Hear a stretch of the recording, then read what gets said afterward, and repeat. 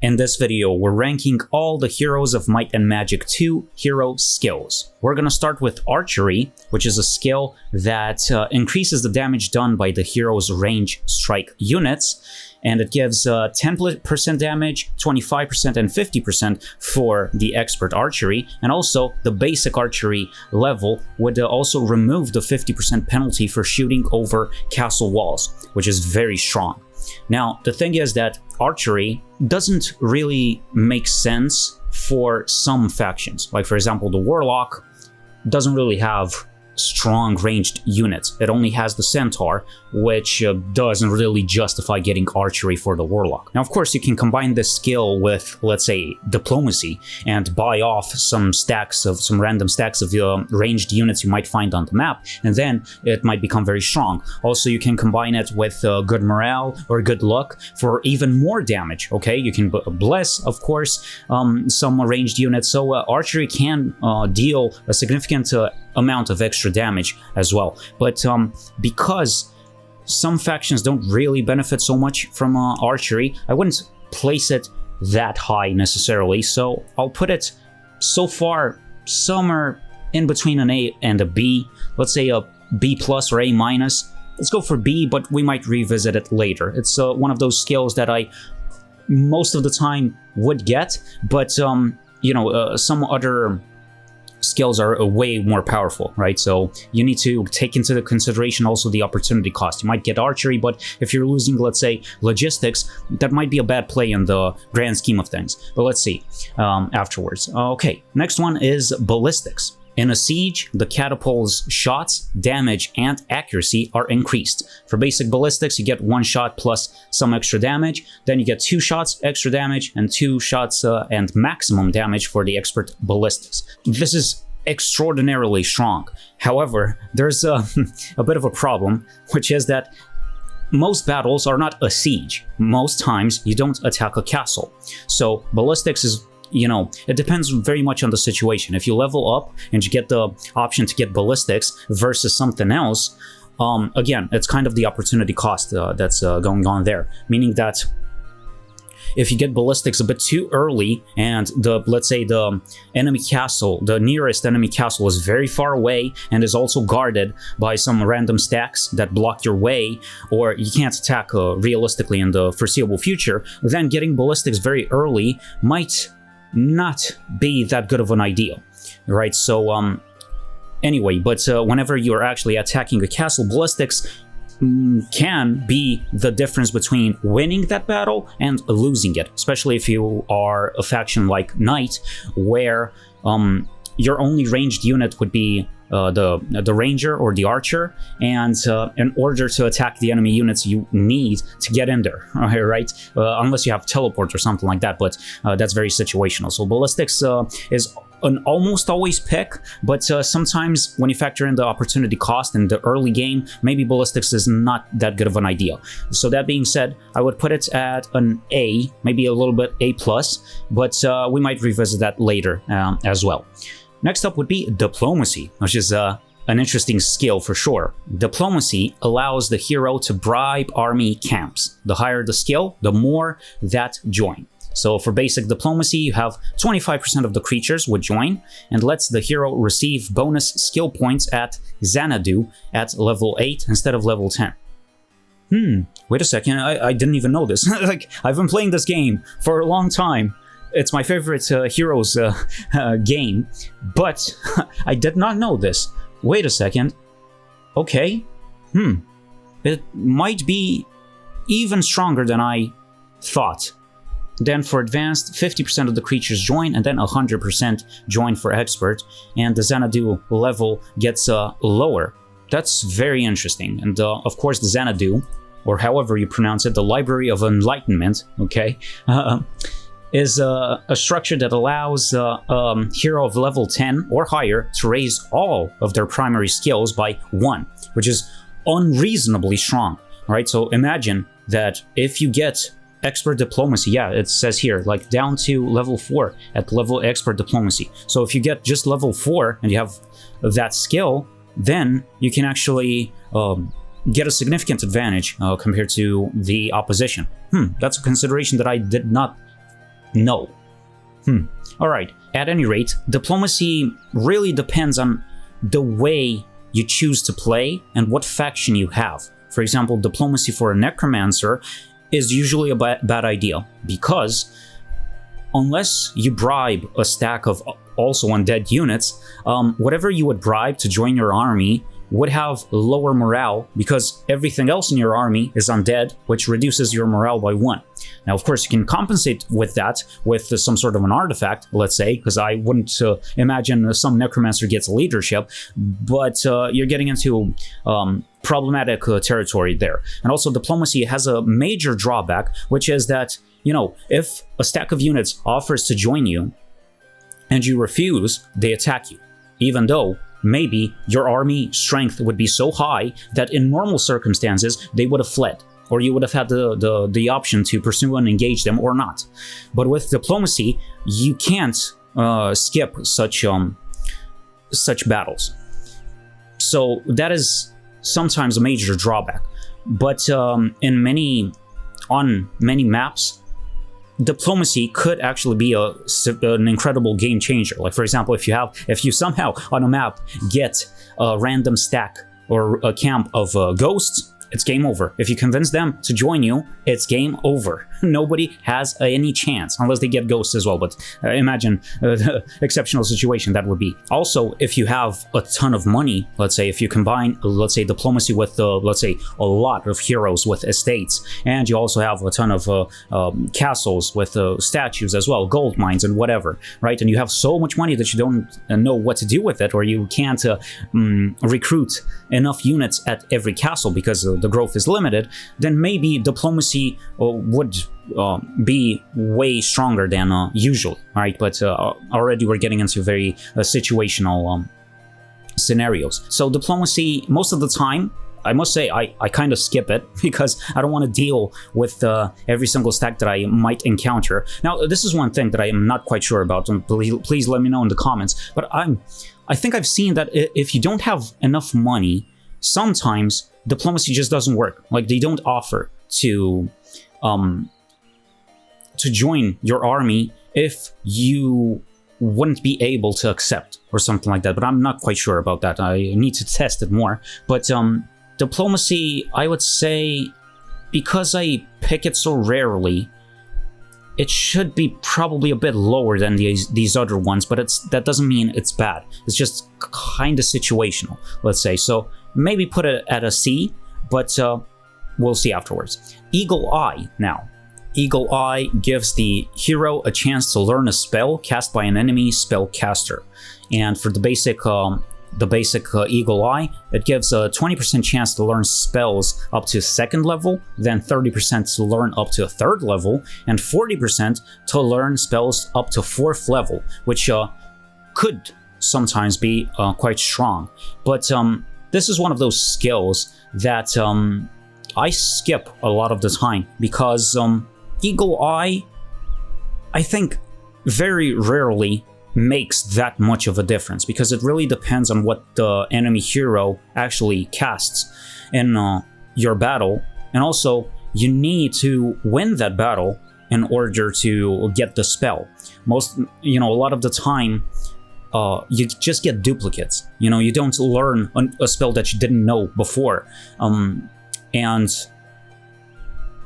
in some situations it could be good, but most of the time I really skip it because, it's fun to play, but in practice, I've never seen it really making that much of a difference. Maybe sometimes, if you get super unlucky or Mage Guild doesn't give you anything, like in that Heroes 2 series that I've started on this channel, on the first mission I didn't get anything. I was expecting a magic arrow, a lightning bolt, cold ray, something, and I didn't get anything, but the opponent had something like that. So, with a well-placed Eagle Eye, you could have gotten cold ray or something like that, and from that point onwards, maybe you would have been more devastating in your attacks. But I'm not sure about Eagle Eye. Compared to the other ones, because I pick it so rarely, I would put it probably at a C somewhat. probably lower than diplomacy, because diplomacy is more flexible and less luck dependent, I would say. You know, diplomacy, you can control its effect a bit more, but with Eagle Eye, you're really dependent on whatever the enemy hero would use against you.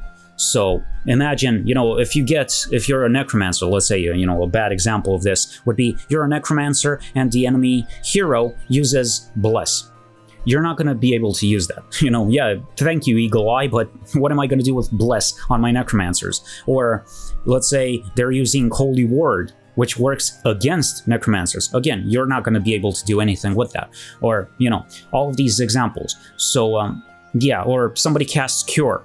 I mean, you know, that's not that great value, or it's very situational, and it's kind of luck dependent, right? Or it's outside of your control, let's say, if you can consider that a lack of control is luck. But anyway, let's leave it at C. Then we have estates. The hero begins to generate money as if he were a small town. Basic estates gives you 100 gold per day, 250 afterwards, and 500 gold per day, which is insanely beneficial. Okay, you know, in an ideal scenario, you would want to get estates on the heroes that are, you know, used more for resource gathering rather than fighting. Okay, this is what I do. I'm imagining that most people are using some sort of secondary heroes, let's say, just to gather resources. So imagine if you get 500 gold per day just from that, well, that's half of a gold mine's worth, which is unbelievably strong. Money in this game is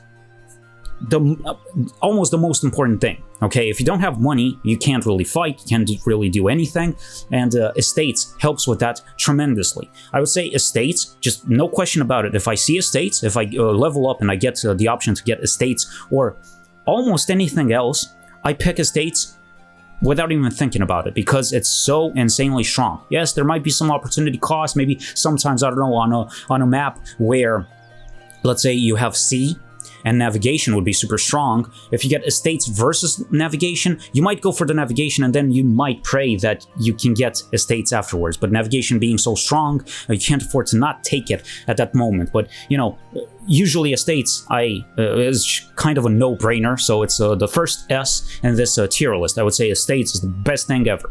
Next up, we have leadership. Leadership grants the hero a bonus to morale. Necromancers cannot learn leadership. Yeah, it would have been useless anyway. Well, almost useless, but still. Basic leadership gives +1 morale and allows to collect artifacts on the adventure map protected by a true leader event. Yeah, I remember that, but that's already very situational anyway. Then +2 and +3 morale. It's interesting that necromancers cannot learn leadership at all. Because, you know, there would have been that situation in which, if you would have learned leadership, you could have afforded to get something else in your army that's non-undead, and ensuring that that stack wouldn't be affected by bad morale, maybe. But that's very exceptional, you know. Another interesting situation would be if you get a warlock and you get necromancy on him. If you have leadership, every other unit would get good morale every once in a while, and also the skeletons you would generate through necromancy, they wouldn't affect everything else negatively. But leadership is one of those skills that, again, is kind of a no-brainer, because getting an extra turn on some of your units is unbelievably strong. Of course, right? Just, you can attack twice if you are using ranged units, for example. It's free money, free extra damage. Also, you can move a little bit more with your units that might be a bit slower, even though, you know, you could cast haste still, or mass haste or something like that to compensate, but still, good morale could help with that. And even for the melee units, you know, hitting a second time, even though, you know, you might, because of the enemy retaliation, you might lose a little bit of that stack value, so the second attack of yours wouldn't deal as much damage as the first one, but still, you know, leadership is one of those skills that's, again, kind of a no-brainer. It might lose against estates in a direct comparison, so I'd put it maybe at an S in the middle, maybe just below estates. But let me know what you think, because I'm sure there are many situations that I might not be aware of. The next one is logistics. Gives the hero extra land movement. Gives 10%, 20%, and then 30% movement. Again, this is a no-brainer. Whenever I see estates, I drop everything, and it almost doesn't even matter what the other skill would be, except for estates, I would say, or maybe not even, because movement speed is extremely strong in this game, because you can gather resources faster, you can chase an enemy hero, or you can run away from an enemy hero, and if they don't have estates, if they don't have logistics, or it's not a situation where they have pathfinding and you don't, or something like that, right? You can still run away. So movement speed is quite good, of course. So I would say, it might actually be the best skill from my point of view, at least how I play it. Logistics seems to offer the most value. Yeah, maybe it's debatable between logistics and the states, but it really depends on which hero receives this one. Logistics for a hero, logistics makes sense for every hero. Estates, you would probably prefer it for the ones that are secondary. So maybe because of that we can keep it in this order. I don't know. Luck now.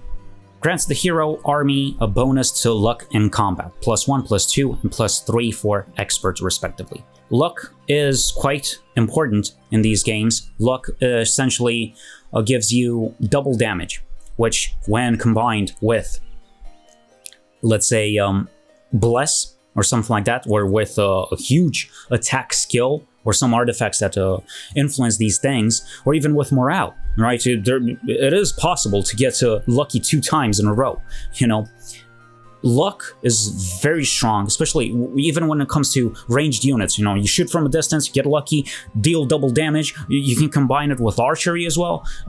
It's unbelievably strong. It's kind of, on the same level as leadership in a sense, but I would say luck kind of beats everything. Almost. Not quite logistics, but I would put luck above leadership. And let's say below estate. It's very difficult to compare these skills that are so different. One is just about money making, and money is involved in everything, but the other one can be so devastating when it comes to actual battles, which ultimately would be the goal of every game, to win battles, right? So also to some extent, there is a chance to get lucky whenever it doesn't really matter. Like, for example, if you have a very weak army and you get lucky, who cares? You will still lose. And why did you have a bad army? Because you didn't have the money, right? So I still have the tendency to think that money is probably better than everything in this game. Almost everything. Movement is better because it acquires resources faster and all that. But let's leave it at this, but I might revisit it later, I don't know. Then we have Mysticism. Mysticism increases the rate per turn that a hero regains spell points. So you get 2, 3, and 4 spell points respectively for basic, advanced, and expert. This is useful whenever you're on the road, you don't see any wells in sight, and you can't spend a night at a castle to replenish everything. Or, you haven't visited an artesian spring, which would double your maximum, I think, level of spell points. Don't quote me on that. But Mysticism, whenever you combine it with a ton of movement speed, like logistics and stuff like that, you can fight a lot of battles, or you can go around the map all the time. Mysticism could be great. In the early game, Mysticism is very strong. It's actually, I would say, stronger than in the late game, because most spells at a lower level don't cost that much that many spell points, which means that if you use maybe 1 or 2 per battle, let's say, so that would be on average maybe 6 spell points used, Mysticism can replenish those spell points very quickly. So that is insane value, because you can afford to not go back to a castle in order to replenish all that. So Mysticism is relatively good, I would say. Now, compared to the other ones, that's a little bit of a problem. Do I take mysticism more than eagle eye? Yes. More than diplomacy? Yes, I would say. I would say mysticism makes sense for every hero that actually uses magic sometimes. Like, for example, barbarians and knights don't quite benefit that much from mysticism because they can't even read by default. So, you know, what are you going to do with spell points? And also, those factions, or the heroes in those factions, they don't, whenever they level up, they don't quite favor getting spell points or knowledge. So, if you don't have much knowledge, what are you replenishing? I mean, what's the point in replenishing 4 spell points per day if your maximum number of spell points is like 20 or 10? I mean, you know what I mean. So mysticism could be, you know, very strong for some factions, but almost useless for others, unless you try to make some sort of a hybrid, but being an elevated brute, a well-read barbarian, but I don't know if that is going to work very well. Mysticism may be somewhere around a B, probably lower than archery, for sure. I think it's kind of crazy to put it even above diplomacy. Maybe here. It really depends. Sometimes it's strong, sometimes it's very bad. So, maybe a B. Let's put it at a B, I don't know. This is my intuition speaking now. Navigation now. Navigation increases the hero's movement on water. 50% more movement for basic, 100 and 150% movement.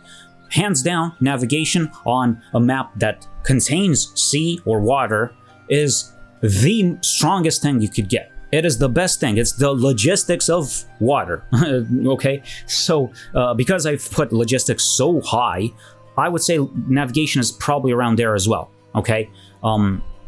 It's, you know, more situational than logistics, but on a water map, it's a no-brainer. You get navigation if you get it, if you have that choice whenever you level up. Now, the problem is that most maps don't have water, so on those maps, navigation is completely useless. So, on those maps, navigation is an F, easily. Because you cannot do anything with it. Like, for example, if you have and this happened in the campaign as well. I think I got navigation on a map that had no water whatsoever from a witch doctor's hut. Okay, so it wasn't any choice whatsoever. I didn't know. Okay, sure, you can save and load the game if something happens, just to be sure. But still, you know, you get what I mean. So it's either an S or an F, depending on the map. Now, you might be inclined to think, well, you know, if it goes into the extremes, you could say that it's kind of in the middle. You know, the truth might be in the middle. That's kind of silly, you know, because, I mean, I've seen this argument online, but I think that's pretty silly because it would be like lying through statistics. Like, you know, that go-to example with a class in school. Let's say a teacher gives a test to the students, and let's say the grading system is between 1 and 10. This is kind of it's not a tangent, I promise it makes sense. So 1 through 10. And if you look at the statistic that on that test, the average score is 7, you might think, well, the subject has been understood reasonably well. But in reality, if you look at the actual numbers, 50% of the students got a 4 out of 10, which is a failing grade. It's like an F. And the other 50% of students got a 10 out of 10, perfect A+. So the average doesn't even make sense, right? So I think it's kind of the same. It's kind of the same idea here, or the same logic. If navigation is either an S or an F, it's kind of silly to call it as an average. It's a C, you know. So C, right? C for a C level in navigation, but no. I would still put it at an S, right? It's just a complete no-brainer whenever it actually makes sense. Now, you know, maybe you can make the argument that if you could get a distribution of all the maps that exist, all the official maps in Heroes 2, and see what percentage would involve water as well, maybe based on that you can bring it a little bit lower as well, but I wouldn't overthink it. It's just a very good, it's just basically the logistics on water, okay? Even stronger than logistics, actually. Okay, that being said, Necromancy. Necromancy raises some of the units killed in battle as skeletons. So, you get 10% of the units killed, 20%, and then for expert you get 30% of the units killed.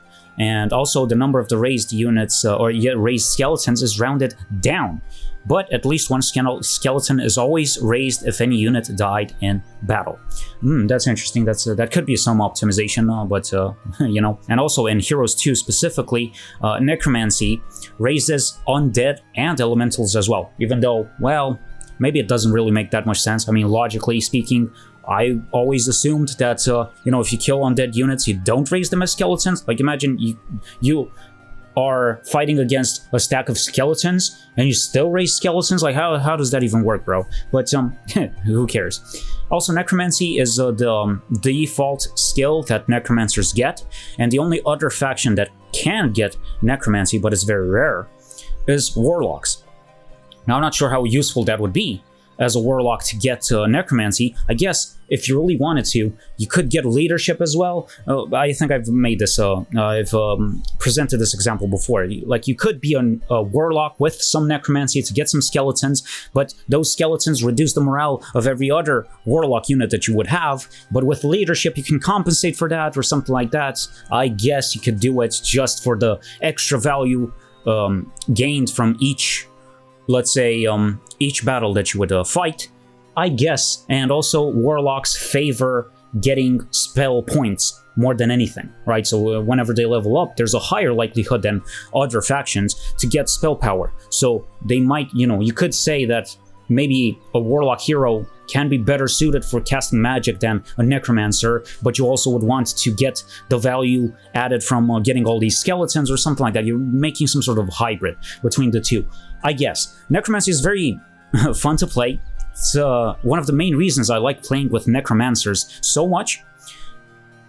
It's a strong skill for sure, especially whenever you get throngs of, you know, tons of skeletons. That is extremely strong. You can haste the skeletons, you can do, you can animate dead, resurrect true, all that. So Necromancy is one of the better skills in Heroes 2. I would put it comfortably in the A category, but also it only affects these two factions, right? Necromancers and Warlocks. So it's, you know, it's situational, and it's not really a choice that you make, except for the Warlock, but that's kind of rare. It is entirely possible as a Warlock to play an entire map in Heroes 2, level up a lot of times, and still not see Necromancy. You know, it's this is what I've seen. It's quite rare. I don't know what the percentage is it actually is, but you know, and even then, even if you get it, are you actually gonna pick it? It depends, because you need to change your strategy a little bit to accommodate for that. So you know, but I would put it below Leadership, Luck, and all these things, because these are crazy. These are applicable to pretty much everybody. Or yeah, Leadership applies in the reverse way. Like, Necromancy is for Necromancers, Leadership is for everybody else, in a sense, so it must be picked more often. Anyway, I think this makes sense, but let me know what you think. Pathfinding. Pathfinding reduces the movement penalty of the hero over rough terrain. So as you know, there are some types of terrains that reduce the movement that you can actually do in a specific turn, right? So if you're going through swamp or what is it, like snow, then you're gonna have a very, very bad time. So this reduces the penalty by 25%, 50%, and then it eliminates it completely. By default, barbarians start out with advanced pathfinding, which is strong sometimes. Most of the time, if you're actually required to go through rough terrain, it makes more sense, instead of hoping that you will get pathfinding and then leveling it up, it makes more sense to just try to hire a barbarian or hire heroes until, you know, just to go through the stack or through the queue of heroes that are available for hire in the castle, right? And go through them until you get a barbarian, and then send them to gain the resources that are in those rough terrains, I would say. So, as I've said, movement is extremely important in Heroes games. Pathfinding it depends really on the map, but in general, pathfinding is extremely strong. Whenever I see it, if I know that I need to go through rough terrain, I pick pathfinding for sure against many other secondary skills. Okay, so pathfinding, I would say maybe not quite an S. I'm not sure about this because it depends on the map. But let's say, hypothetically, if we would get leadership versus pathfinding on a map with a lot of rough terrain, what would you pick? Because most of the time I might pick pathfinding, so that's not, the logic that you would use for all of these, right? Because you might get into those situations where, one skill is better, that's like skill A is better than skill B is better than skill C, clearly, but then skill C is better than skill A. So which one's better? I don't know.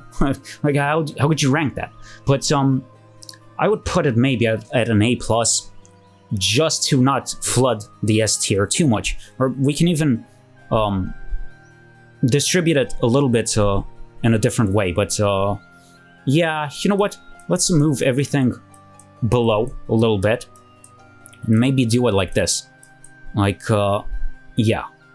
Maybe this makes more sense. Movements and estates dominating everything, then the battle-specific ones that are extremely strong, then, the more situational abilities, plus the one that only affects one faction mostly, and everything else. Anyway, I think this makes sense. I'm not sure. I don't think it necessarily needs to be kind of a bell curve, because it's fictional. It's not real life. Okay, maybe in real life you can see that bell curve in most situations, but in a fictional game, there's a chance that every single skill is very strong, right? But we'll see if it makes sense. Scouting. Scouting is the one meme skill, I would say. So scouting increases the hero's line of sight. And it increases the radius by 1 square, 2, and 3 squares. And warlocks start out with advanced scouting as well.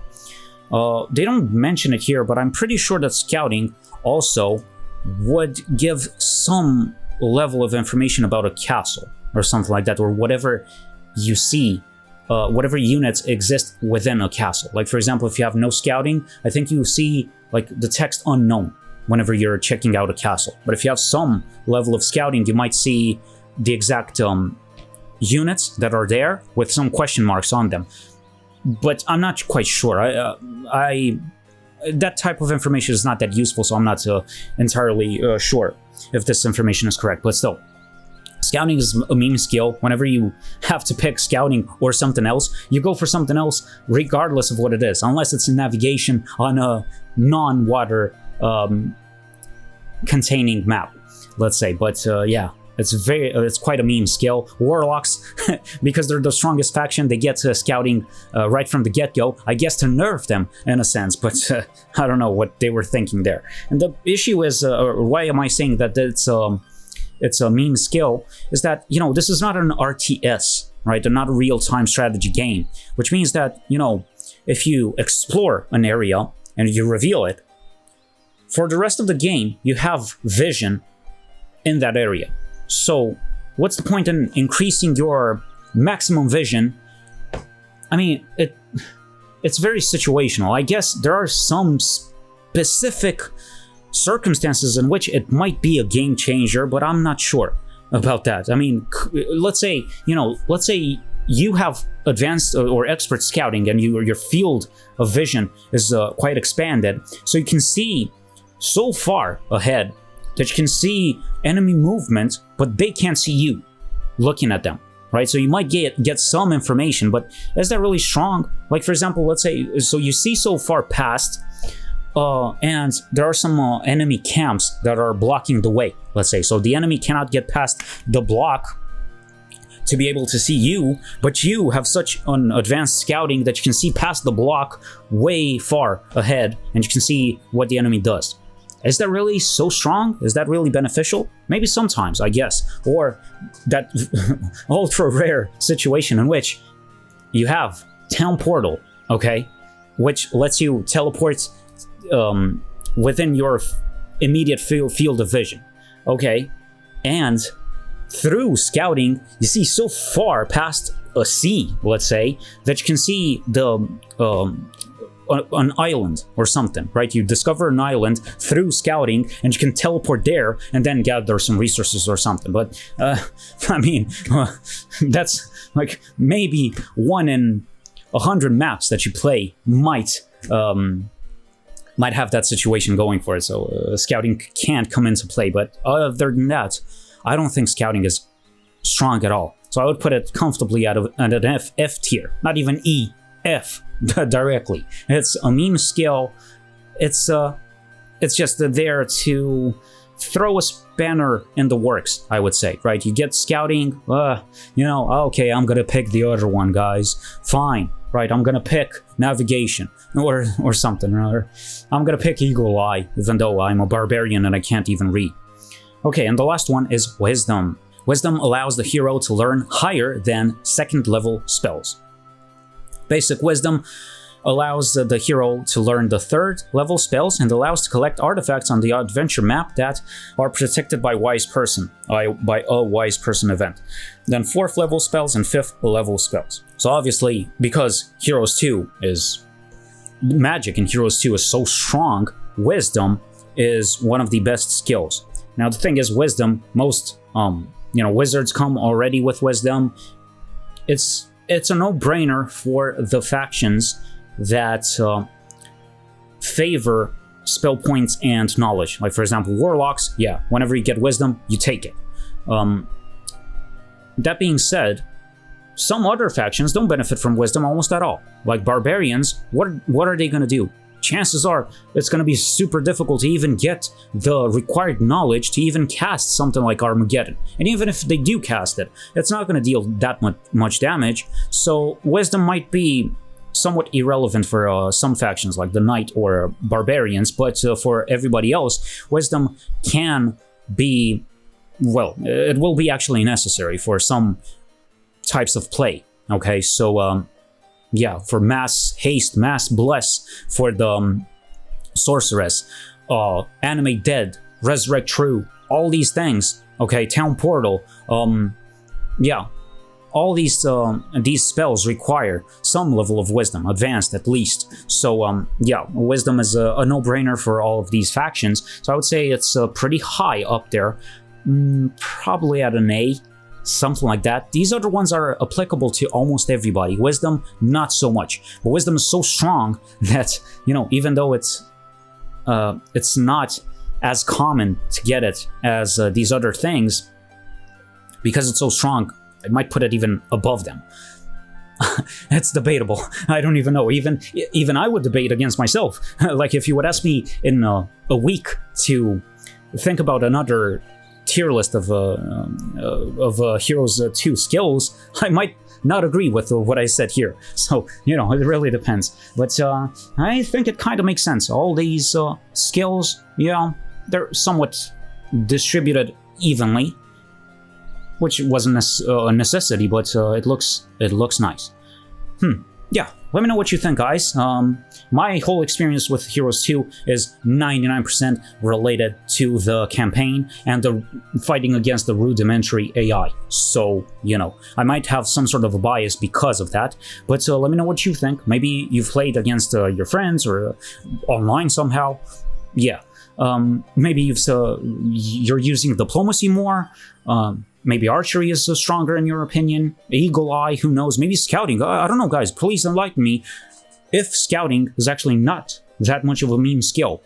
Because to a certain extent it is. You know it is. But anyway, okay, guys, that was it for today's video. Let me know if you want to see any more of these tier lists. And stay tuned for the Heroes 3 series that I'm gonna start posting soon-ish on this channel. Okay, I'll see you next time.